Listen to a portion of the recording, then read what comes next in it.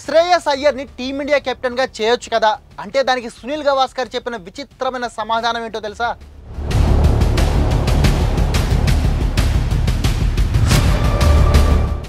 Just చిన్న తప్పు, అసలుది తప్పు అని కూడా చెప్పలేం.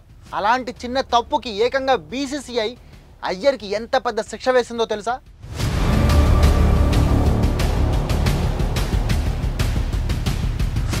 అసలు అయ్యర్కి ఎందుకింత అన్యాయం జరుగుతోంది?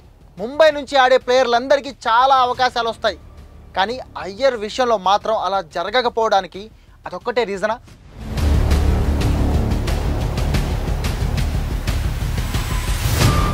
కెప్టెన్గా బ్యాటర్గా ఇంతలా ప్రూవ్ చేసుకుంటూనే ఉన్నా టీమిండియా నెక్స్ట్ కెప్టెన్ ఎవరు అంటే శుభ్మన్ గిల్ పేరో, హార్దిక్ పాండ్యా పేరో, సూర్యకుమార్ యాదవ్ పేరో, అదీ కాదంటే బూమ్రా పేరో వినిపిస్తుందే కానీ అయ్యర్ పేరు ఒక్కసారి కూడా వినపడదు. ఎందుకలా?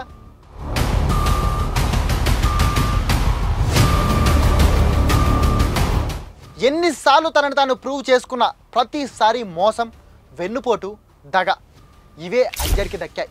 ఎంత అద్భుతంగా ఆడినా చేయని తప్పుని అడ్డం పెట్టి బీసీసీఐ సెంట్రల్ కాంట్రాక్ట్ నుంచి తీసేసింది అతన్ని.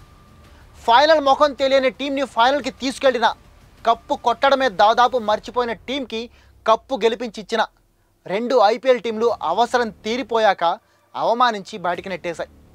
కానీ రాజు ఎక్కడున్నా రాజే. ఎక్కడైతే పోగొట్టుకున్నాడో అక్కడే మళ్ళీ తిరిగి తనేంటో ప్రూవ్ చేసుకోవడం అయ్యర్కి బాగా అలవాటు. రంజీల మీద ఫోకస్ పెట్టట్లేదనే చెత్త రీజన్ చూపించి సెంట్రల్ కాంట్రాక్ట్ నుంచి తీసేసింది బీసీసీఐ. కట్ చేస్తే తన ఆటతో, కెప్టెన్సీతో తనని అవమానించిన వాళ్ళ నోళ్లు మూయించాడు. Ranji trophy, Syed Mushtaq Ali trophy, 2024 IPL, Irani ట్రోఫీలని గెలిపించి తనేంటో ప్రూవ్ చేసుకున్నాడు. ఛాంపియన్స్ ట్రోఫీలో ఇండియా గెలవడంలో కీ రోల్ కూడా అయ్యర్దే. కానీ అంత అద్భుతంగా ఆడిన తర్వాత కూడా అయ్యర్ని పక్కన పెట్టే ధైర్యం చేయలేక పిలిచి మళ్ళీ సెంట్రల్ కాంట్రాక్ట్ ఇచ్చింది బీసీసీఐ. అయితే ఇంగ్లాండ్తో టెస్ట్ సిరీస్కి మాత్రం అయ్యర్ని సెలెక్ట్ చేయకుండా తన కుళ్ళు బయట పెట్టుకుంది.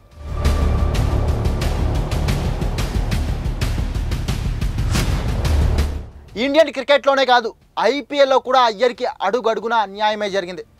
ఐపీఎల్ మొత్తంలో కప్పు ముఖం తెలియని టీంలు ఏవైనా ఉన్నాయంటే అవి ఆర్సీబీ, పంజాబ్, ఢిల్లీ జట్లే. అయితే ఆర్సీబీ ఈ టోర్నీలో గెలిచింది కాబట్టి ఆ టీంని పక్కన పెడితే 2020లో ఢిల్లీ టీంని ఫస్ట్ టైం ఫైనల్కి చేర్చాడు అయ్యర్. ఇప్పుడు పంజాబ్ని కూడా ఫైనల్ వరకు నడిపించాడు.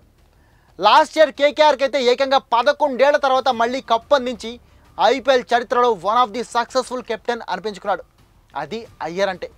కానీ ఫస్ట్ టైం టీంని ఫైనల్కి చేర్చాడనే కృతజ్ఞత కూడా లేకుండా గాయం నుంచి తిరిగి వచ్చిన అయ్యర్ని ఢిల్లీ వదిలేసింది. మొన్న మెగా వేలంలో కూడా మళ్ళీ కొనుక్కోలేదు. ఇక లాస్ట్ ఇయర్ కప్పు గెలిపించి ఇచ్చాడనే కనీస రెస్పెక్ట్ కూడా లేకుండా మెగా వేలం ముందు కేకేఆర్ కూడా అయ్యర్ని వదిలేసింది. అనుకోకుండా పంజాబ్ టీం అయ్యర్ని కొనుక్కోవడం, ఇప్పుడు ఆ టీంని కూడా అయ్యర్ ఐపీఎల్ ఫైనల్ వరకు తీసుకురావడం చూస్తుంటే ఇండియన్ క్రికెట్లో అయ్యర్ ఒక ఫ్యూచర్ స్టార్లా కనిపిస్తున్నాడు. అయితే అయ్యర్ ఇంత అద్భుతంగా ఆడుతున్నా, సూపర్ కెప్టెన్సీతో అదరగొడుతున్నా మనోడికి రావాల్సినంత గుర్తింపు మాత్రం రావడం లేదు. దానికి కారణాలేంటో తెలుసా?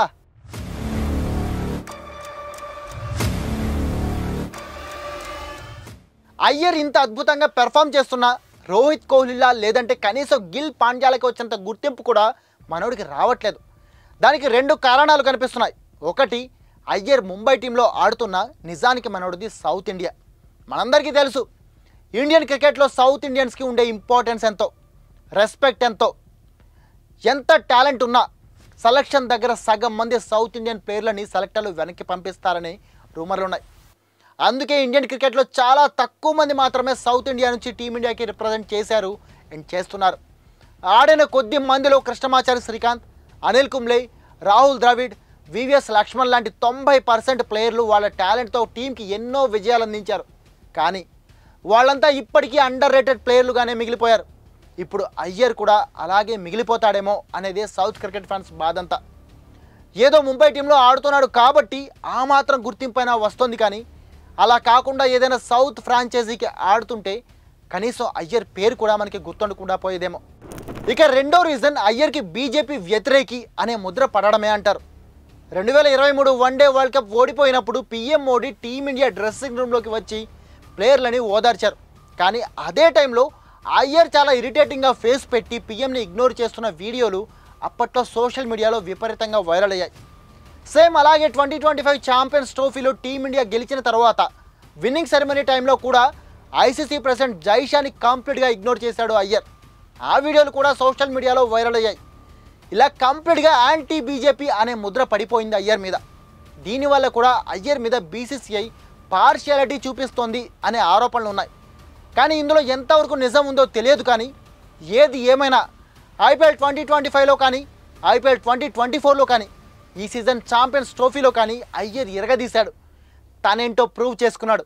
ప్రస్తుతం శుభ్మన్ గిల్ కెప్టెన్సీలో టీమిండియా ఇంగ్లాండ్తో టెస్ట్ సిరీస్ ఆడబోతోంది. దీని మీద మన గవాస్కర్ సాబ్ని ఎవరో మీడియా పర్సన్ అయ్యర్ని కెప్టెన్ చేస్తే బాగుండేది కదా అని అడిగాడు. దానికి గవాస్కర్ అసలు టీంలో లేని ప్లేయర్ గురించి మాట్లాడతారేంటి, ఎవరైనా గిల్ తర్వాతే, గిల్ కెప్టెన్గా ఇరగదీస్తాడు చూడండి అన్నాడు. ఆయన కామెంట్స్ చాలు అయ్యర్ అంటే ఎంత నెగిటివిటీ ఉందో అర్థం కావడానికి. ఏది ఏమైనా ఇంగ్లాండ్తో టెస్ట్ సిరీస్కి మనోడిని బీసీసీఐ సెలెక్ట్ చేయకపోయినా బాధపడాల్సిన అవసరం లేదు. జస్ట్ ఇంకో 1-2 సిరీస్ల్లో అయ్యర్ ఆట చూసి బీసీసీఐ తనంతట తానే దిగొచ్చి మరి టెస్టుల్లో, వన్డేలో, టీ20లో అయ్యర్కి పర్మనెంట్ టీం మెంబర్ చేయడమే కాకుండా కెప్టెన్సీ కూడా కట్టబెడుతుంది. చూస్తుండండి. మరి మీరేమంటారు? అయ్యర్ కెప్టెన్సీ పెర్ఫార్మెన్స్పై మీ ఒపీనియన్ ఏంటి? కామెంట్ చేసి చెప్పండి.